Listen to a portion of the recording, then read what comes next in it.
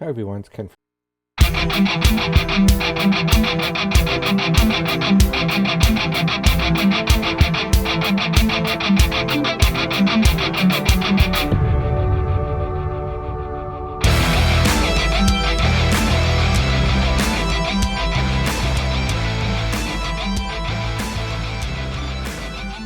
From Listening Souls.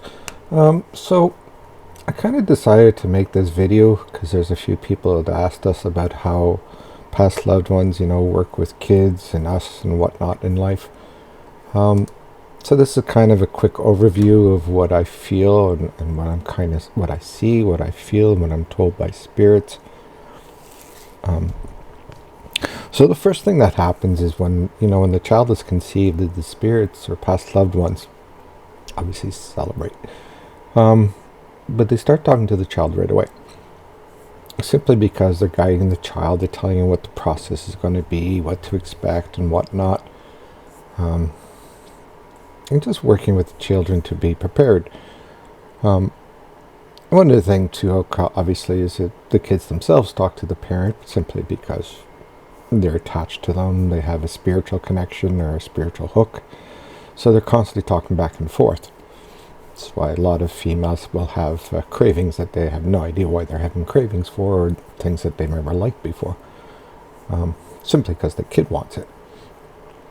But after the kid is born, there's this whole protection / training system that turns on.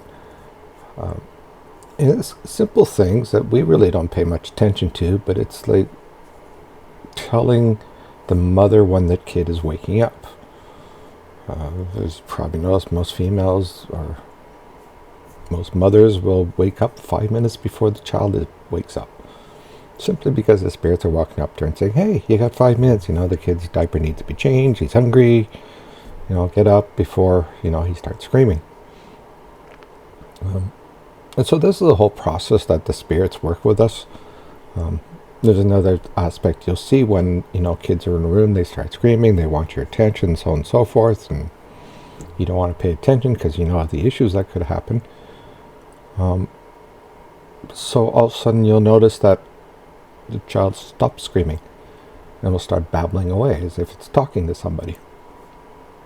And basically they are, the spirit guides walked in and said, not the spirit guide, but the spirits walked in and says, hey, time to go to sleep. Let's read a book, let's do this. And they, basically talk the child into sleeping. And then the child goes to sleep and obviously goes to the other side and speaks to who they want to. And, the mother gets a bit of relief because she's not thinking about the kid anymore, simply because the kid's gone with grandparents or whatever.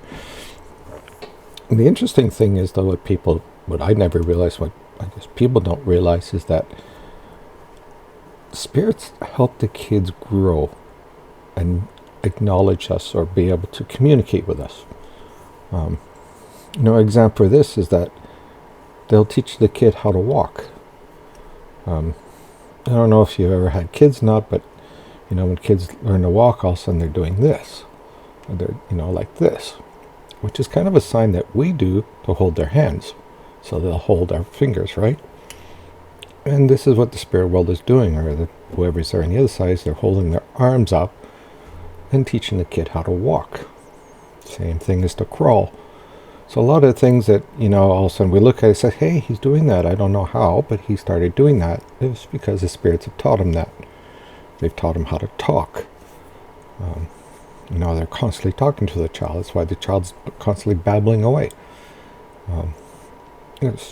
Part of it is because spirits are telling him, hey, you need to learn how to talk so that you can survive, so you can move forward.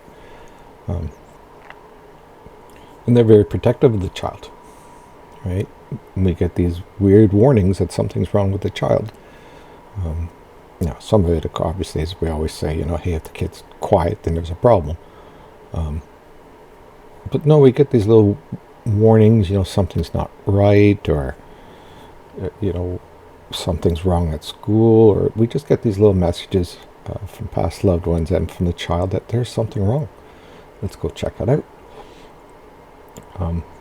So yeah, throughout life, that's past loved ones talk to us all the time, even at the age of 62, like me. Spirits will talk to us and guide us, and past loved ones, I should say. So that's kind of what I just wanted to mention, and people have asked me questions about how do past loved ones work with kids 24/7,